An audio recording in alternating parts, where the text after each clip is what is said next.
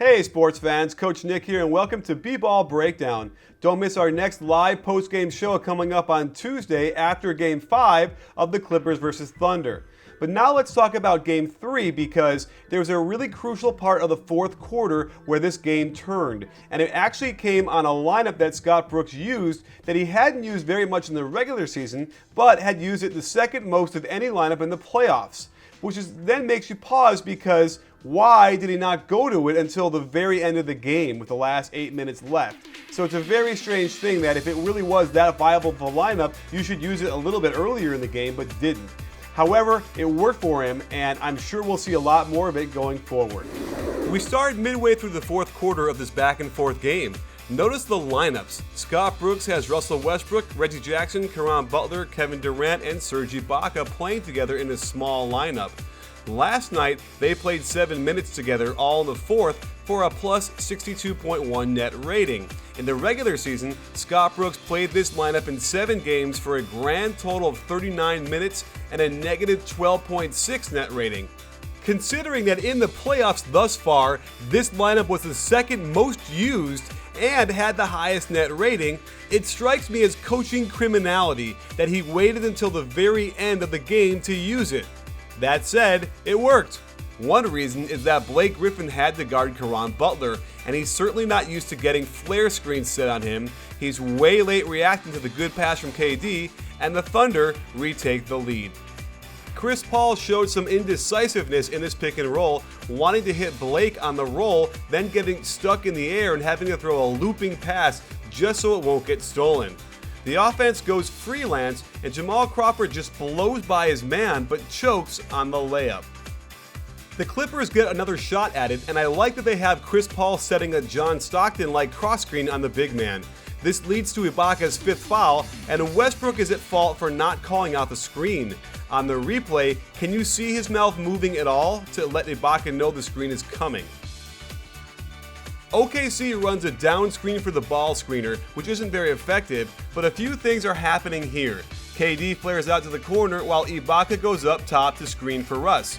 Watch CP3's footwork getting around the screen because not enough point guards like Lillard understand the proper footwork. He hops onto his high side foot, in this case the left, planting it just above Ibaka's high foot, his right, then pushes off hard right back around. No need to fight with the screener or get tangled up. Back to the pick and roll, this play is designed to either get Ibaka an easy shot or, if Barnes bumps down, get KD an open shot. But Durant wanders to the wing where Ibaka has no hope of finding him for a pass. And while Blake could be commended for rotating over to help, OKC has their pick of shots, and Ibaka finishes beautifully. OKC runs the same play again, and this time CP3 goes under the screen and they have it contained. I don't like how Barnes takes a big jump stop that has him land 6 inches in front of KD. While I like that DeAndre comes over to help, once that shot goes up, he must turn and find somebody to box out. Blake Griffin doesn't attempt to box anyone out either, and Ibaka says muchas gracias. The Clippers want to attack Ibaka and his 5 fouls with Blake Griffin in the post. Watch what happens when what should have been a simple pass by Crawford is thrown very poorly. It forces Blake to lose his position and begin dribbling. Because of that, the whole thrust of the play goes by the wayside. They just freelance a pick and roll that gets a nice floater from Crawford. Doc Rivers decides to switch up the defense and put DeAndre Jordan on Caron Butler. On the Ibaka ball screen, they intentionally switch instead of letting CP3 go under and contain. Let's just say this was a head-scratchingly terrible idea. The Clippers go back to their isolation of Blake on Ibaka in the post, and here's how the play is supposed to run. A good pass to Blake allows him to face up and break into one of his power moves. Jordan flare screens for Crawford, then dives to the hoop. Here's the one instance where KD wasn't able to box out DeAndre Jordan, who gets the easy putback. OKC was not executing this down screen for the ball screener well all night. Caron Butler is bunched up, Ibaka doesn't set his man up with a V-cut, and cuts a little early before KD is set. That said, this wasn't a foul, and the league should probably fine Blake for the flop.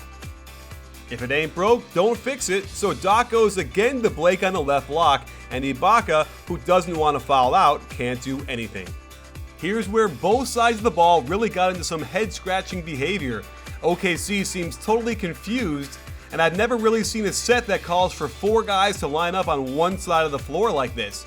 Everybody is pointing somewhere, and the Clippers get a little too smart for themselves. They send Jordan over to the strong side to shadow Russ, which seems too extreme a shift. It gets weird when Jordan's man goes to screen the ball, and somehow Jamal Crawford is sent to hedge. He's late getting started, and in a terrible position when it ends, allowing Russ a wide open 3. And we never see Russ smile on the court, but I know he's smiling because he scored on a play that was completely screwed up from the start. Doc calls the same play yet again, but I guess Jamal Crawford can't stand prosperity, as he doesn't throw it to Blake in the post. There is no secondary action, and CP3 is forced to freelance a pick and roll. When he gets Butler on him, it's very head-scratching that with plenty of time on the shot clock, he jacks up a contested 3. And this was the real killer. We had seen CP3 go under the screen and not have to switch, but then the Clippers moved into switch mode, and CP3 ends up on Kevin Durant way too easily. It might appear that CP3 contested the shot, but come on, he's a foot shorter, and this is a wide open 16-footer. So there you have it, sports fans. That whole not fouling down by 6, whatever, was, an issue, I suppose, but the game was over by then anyway, in my opinion. And Russell Westbrook played a terrific game. Let's see if he can keep this up. And that lineup that the Brooks used, it's a real interesting conundrum for Doc Rivers.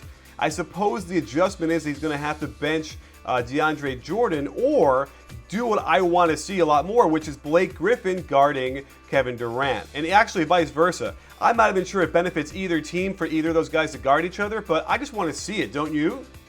Well, thanks for joining us. Don't miss our live post-game show coming up on Tuesday after Game 5 of the series. And don't forget, at B-Ball Breakdown, we're not a channel, we're a conversation. You in?